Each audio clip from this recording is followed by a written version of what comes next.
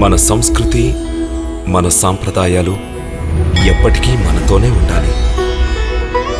భారతదేశపు మహా గ్రంథాలు, కావ్యాల సంపూర్ణ సంకలనం. సబ్స్క్రైబ్ చేయండి. తిలక్.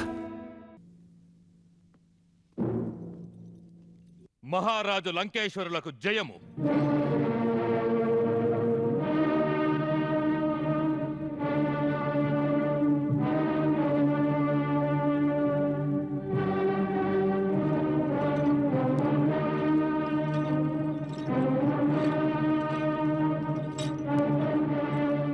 మహారాజా, తమ ఆజ్ఞానుసారం అపరాధిని బంధించి తీసుకొచ్చాను.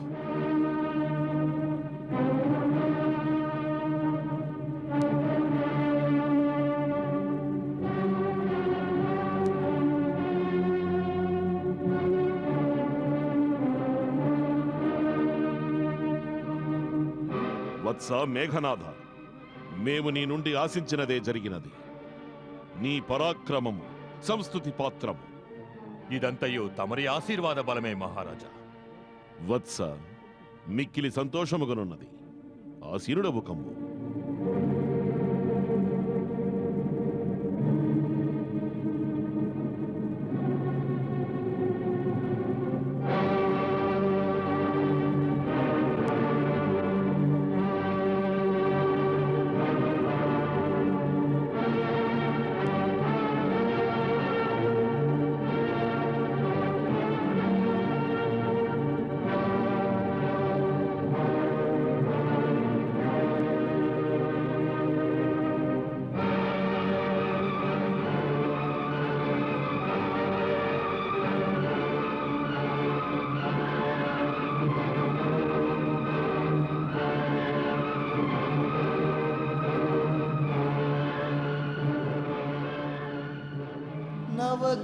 నవగ్రహమూర్తుల దీప్తిని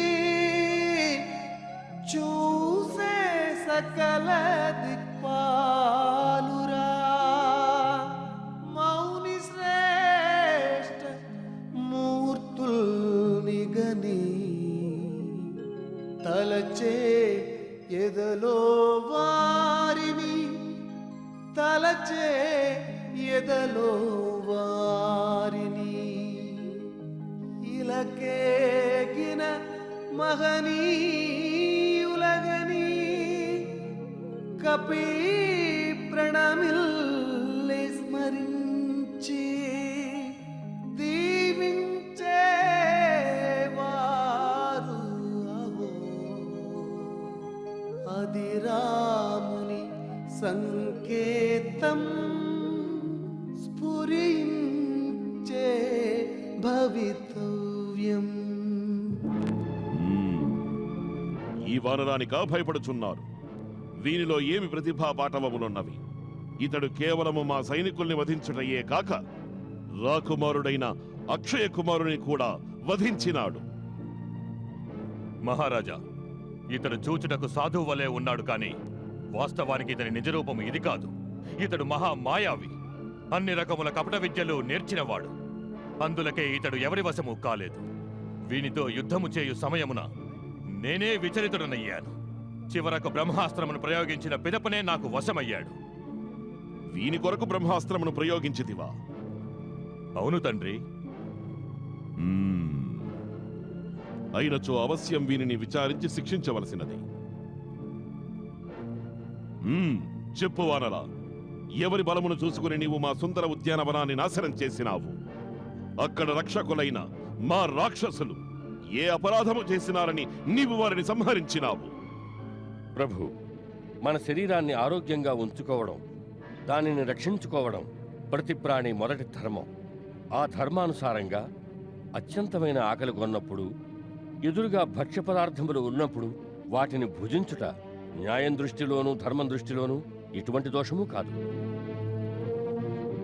నేను శతయోజన విస్తీర్ణమైన సముద్రాన్ని లంఘించి వచ్చాను. ఆ శ్రమ వలన బాగా అలసిపోయాను. ఆకలి కూడా వేసినది. అందువలన అశోకవనములోని ఫలములపై నాకు అధికారము కలదని భావించి ఆరగించితని. మహారాజా, రాత్రి సమయాలలో వృక్షములు నిద్రించుచున్నప్పుడు ఫలములు మరియు ఆకులు కోయుట వర్జితము. అందువలన నేనా వృక్షములను అటు ఇటు కదిపి మేల్కొలిపినాను. అలా కదిపినప్పుడు కొన్ని వృక్షముల వేళ్ళు బయటకు వచ్చినవి. ఆ మాత్రానికే తమ సైనికులు నాపై దాడి చేసినారు. గత్యంతరము లేక ఆత్మరక్షణార్థమై వారితో పోరాడవలసి వచ్చినది. మహారాజా, నా మీద దాడి చేయని వారిని నేనేమీ చేయలేదు. కాని ఎవరైతే నా మీద దాడి చేసినారో వారిని మాత్రము సంహరించితిని. అందువలనే తమ పుత్రుడు రాకుమారుడు అక్షయుని పరలోకమునకు పంపవలసి వచ్చినది. మహారాజా, యుద్ధ చింతనతో వచ్చిన వారిని చంపడం అధర్మం కాదు. మా ప్రియపుత్రుడు రాకుమారుడు అయిన అక్షయ్ కుమారుని వధించే సమయములో నీకు మా కీర్తిని గురించిన భయమే లేదా? వానరా, నీవు మా నామమును మా కీర్తిని ఇప్పటి వరకు విని ఉండలేదా? విన్నాను మహారాజా. తమ కీర్తిని, తమరు చేసిన ఘనకార్యములన్నిటి గురించి విన్నాను. తమరు కార్తవీర్యార్జునునితో సలిపిన భీకర పోరాటము గురించి విన్నాను. అదే విధముగా వానరరాజు వాలి తమరిని తన బాహువుల్లో బంధించి 6 మాసాలు తిప్పిన గాథను విన్నాను. తమ వీరోచిత కార్యముల గురించి ఉల్లోకములలోనూ చెప్పుకొనుచున్నారు. మహారాజా, మాయతో సాధువు వేషము ధరించి ఒంటరిగా ఉన్న అసహాయ స్త్రీని చోరుని వలె అపహరించుకుపోవడం తమ వంటి మహావీరులకు తప్ప మరెవరికి సాధ్యపడుతుంది? వానరా!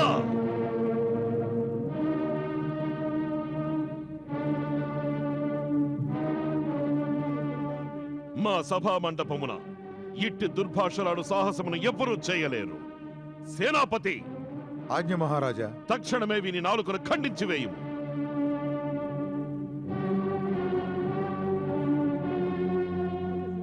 ఆగండి సేనాపతి. అమాత్య, ప్రహస్త, మా ఆజ్ఞా పాలనలకు మీరు ఆటంకము కలిగించుచున్నారు. మహారాజా, అంతటి సాహసము నేను చేయలేను. తమ ఆజ్ఞ కార్యరూపము ధరించేలోగా తమ ముందు నేనొక విన్నపము చేసుకున్నట్టుకు అనుజ్ఞనివ్వండి. చెప్పుము. లంకేశ్వర, ఇతను సామాన్య వానరము వలె గోచరించుటలేదు. ఇతను లంకకు రావడం సాధారణ విషయము కాదు. ఈ వానర రూపము ఇతని మర్మవేషమును సూచించుచున్నది. ఏలనన్నా ఇంతటి తేజస్సు వానరములలో కనిపించదు. మహారాజా, ఇంద్రుడు పంపగా వచ్చి ఉండవచ్చు, లేదా కుబేరుడు యమవరుణుల దూతయ్యి ఉండవచ్చు, లేక ఆ విష్ణువే పంపాడేమో. ముందుగా ఇది తెలుసుకునుట ఆవశ్యకము.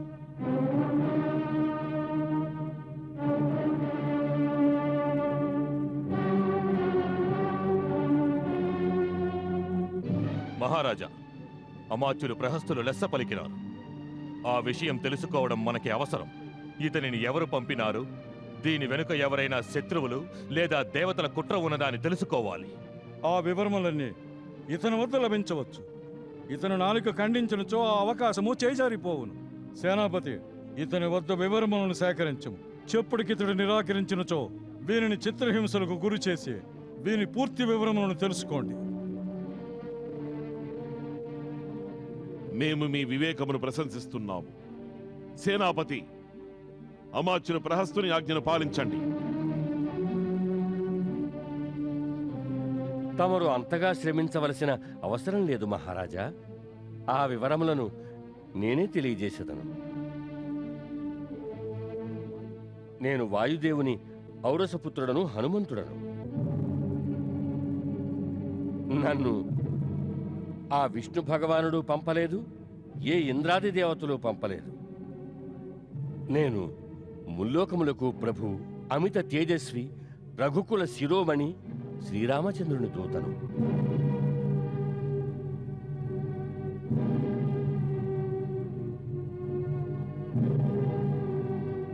వారి భార్య సీతామాతను నీవు మాయ చేసి అపహరించుకొచ్చావు. నేను సీతామాత జాడ తెలుసుకోవడానికి, నిన్ను కలవడానికి 100 యోజనాల సముద్రాన్ని లంఘించి వచ్చాను.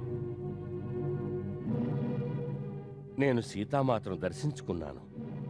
నిన్ను కలవాలనే ఉద్దేశంతోటే నాకు నేనుగా బందీనై ఇక్కడికి వచ్చాను. దేవాసురులు గాని ఏ అస్త్రములు కాని నాపై ప్రభావము చూపలేవు.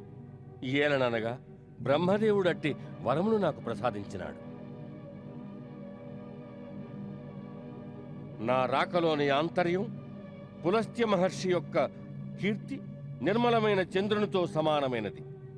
అట్టి వంశంలో జన్మించి వారి కీర్తికి కళంకం తెచ్చిన ఆ మూర్ఖుడెవరో తెలుసుకోవడం, శ్రీరామచంద్రునితో వైరం పెట్టుకునే సాహసి ఎవరు? వానికి రఘునాథుని శక్తి గురించి తెలియజెప్పడం, హెచ్చరించడం. నీవొక తుచ్చ మానవుని పేరు చెప్పి రావణుడినే భయపెట్టడానికి వచ్చావా? రావణుడు స్వయంగా బ్రహ్మ మరియు పరమేశ్వరుల వద్ద నుండి శక్తులను ప్రాప్తించుకున్నవాడు. నన్నే గరళకంఠునిగా ఊహించుకో రావణ. నా ఉపదేశాన్ని విను వత్స. నేనిచ్చిన శక్తులను, నేనిచ్చిన వరాలను దుర్వినియోగం చేయకు. నీవు ధర్మపూర్వకముగా తపస్సు ద్వారా ఏ శక్తులనైతే నా నుండి పొందావో వాటిని నువ్వు వినమ్రతతో సత్కార్యాలకై వినియోగించు. ఒకవేళ ఆ శక్తుల వల్ల నీలో పాపము, అహంకారము, అధర్మము మొదలైన వాటి ప్రభావం ఎక్కువైతే దానికి అంతిమ పరిణామం ఒక్కటే: వినాశనం, సర్వనాశనం.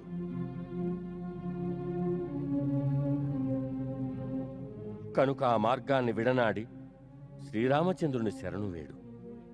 ప్రభువు ఒకే బాణంతో మహాబలుడైన వాలిని హతమార్చాడు. ఖరదూషణులను సైన్య సమేతంగా అంతం చేశాడు.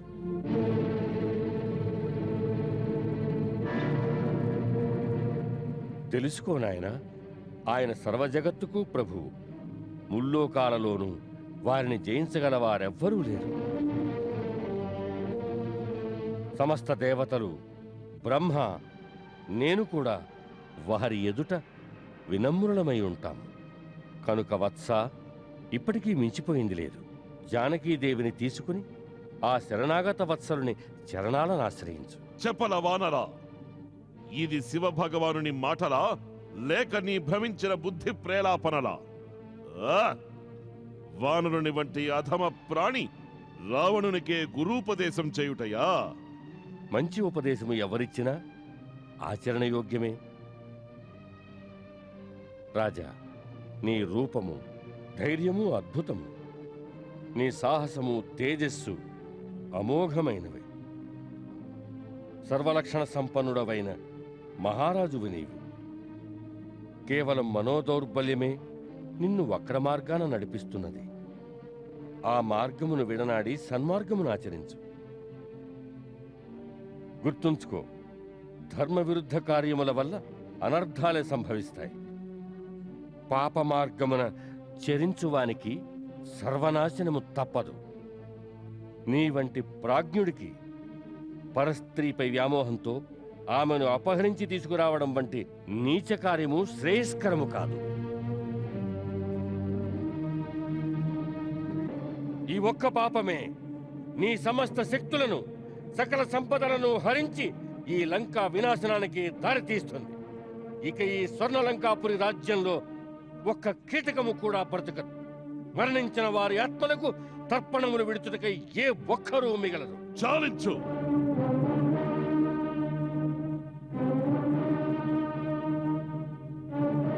చాలించుము నీ అసందర్భ ప్రలాపములు. నీ వారి ఆత్మలకు తర్పణములు వదిలే విషయమై ఆలోచించు. మా గురించి ఆలోచించవలసిన అవసరము నీకెంత మాత్రమునూ లేదు. బ్రహ్మదేవుని వరబలము వలన దేవ, దానవ, యక్ష, గంధర్వ, కిన్నెర, కింపురుషాదులలో యోని జరుతులైన వారి ఎవ్వరి వల్ల మాకు ప్రాణభయము లేదు. ఆ వరములో నరులు, వానరులు లేరన్న సంగతి నీవు విస్మరించుచున్నావు.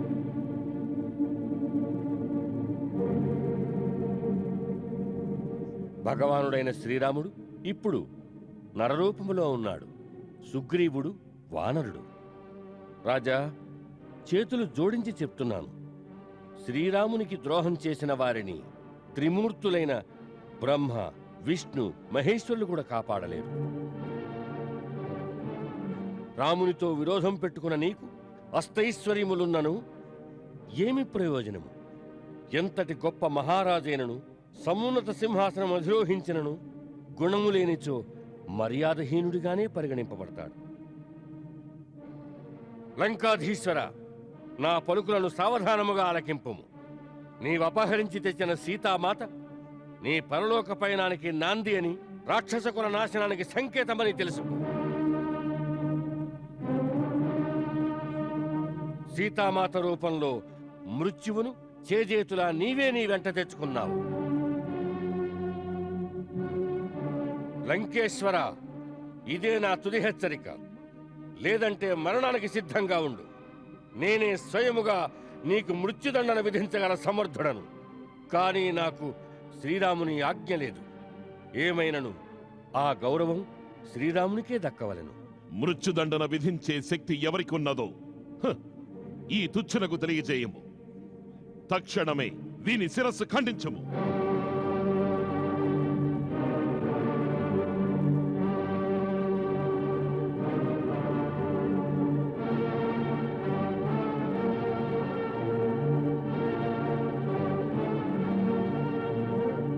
ఆగండి.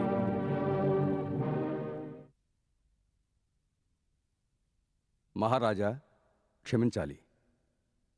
తమరు కోపగించుకోనంటే నాదొక విన్నపము. విన్నవించు. మహారాజా, ఈ వానరుడు దూతగా వచ్చినవాడు.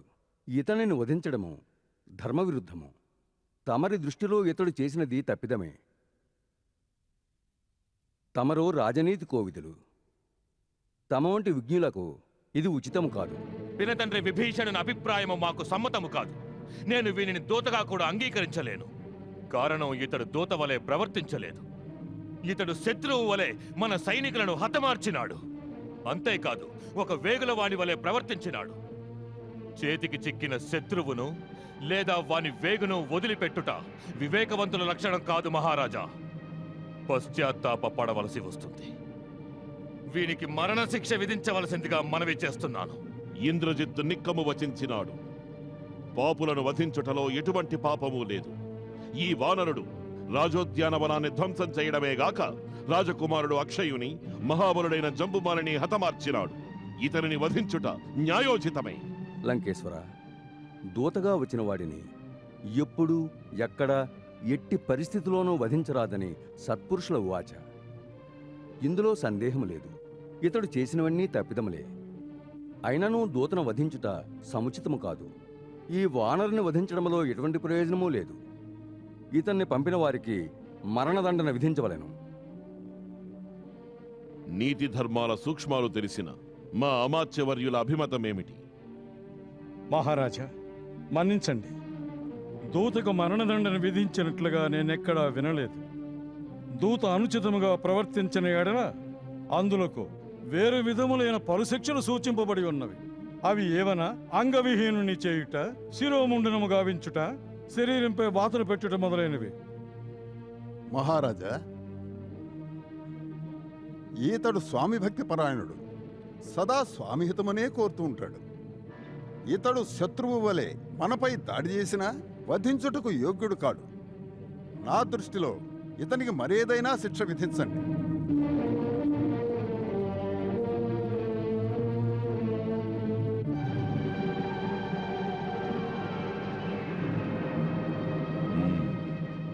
మీ అందరి అభిమతము మాకు స్వీకారమే.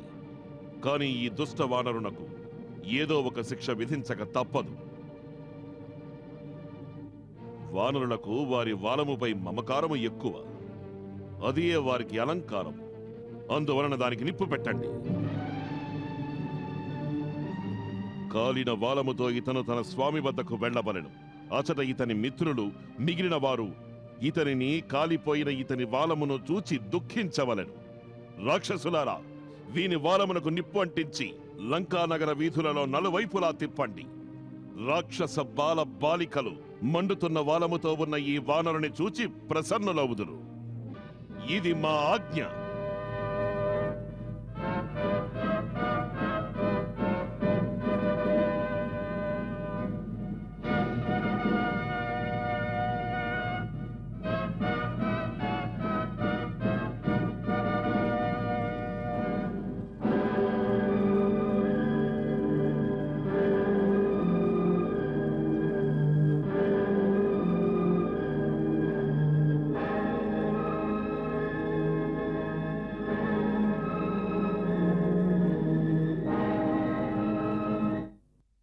విన్నావా? మహారాజు వాడికి మరణశిక్ష విధించాలనుకున్నారు. కానీ మంత్రుల సలహా మేరకు దూతని వధించడం ధర్మ విరుద్ధమని వాని వాలమునకు నిప్పంటించి అంగవిహీనుని చేయమని ఆజ్ఞాపించారు. వానరులకు వారి వాలము మీద మిక్కిలి మక్కువ ఉంటుంది. నిప్పంటిస్తే బాధపడతారు. బాధపడక తోక కాలితే ఒడ్డున పడ్డ చేపల గిలగిలా కొట్టుకుంటాడు.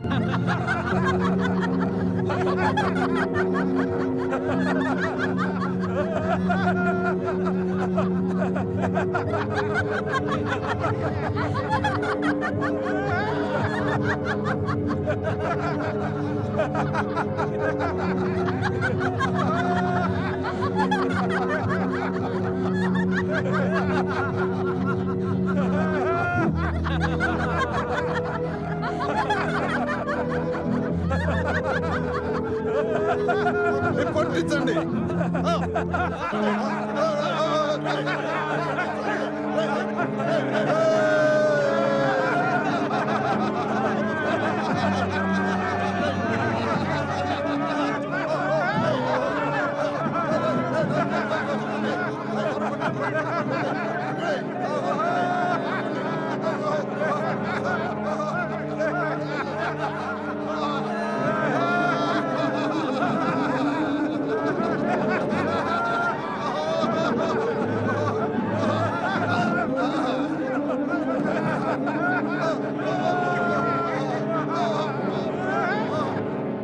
ఆ వానరుడు మహామాయావి.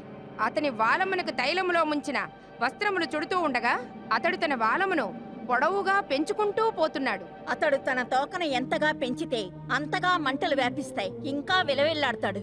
ఎంత మూర్ఖుడు! ఎంత చెడ్డ కోతి కదా, మూర్ఖంగానే ఉంటాడు.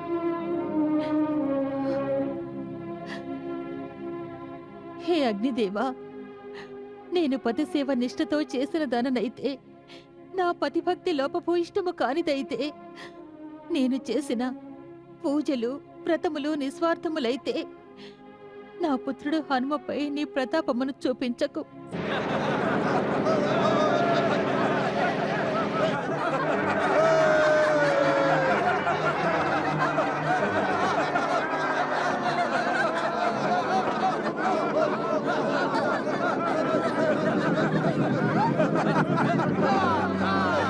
జై శ్రీరామ్.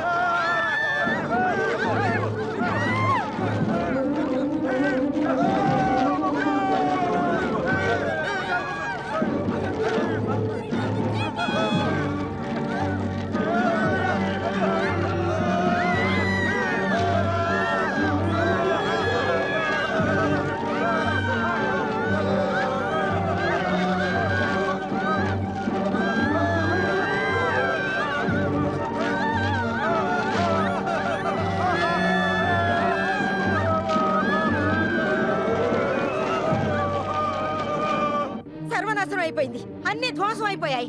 ఆ వానరుడు లంకా నగరానికి నిప్పు పెట్టాడు. భవనాలు, ఇళ్ళు సమస్తం భగభగా మండిపోతున్నాయి. మన ఇళ్ల వరకు కూడా మంటలు వ్యాపించాయి. మన ఇళ్ళ వరకు వ్యాపించాయా? అవును, పదండి. మన పిల్లల్ని, వస్తువుల్ని కాపాడుకుందాం. పదండి. ఆ కోతి సర్వనాశనం అయిపోతుంది.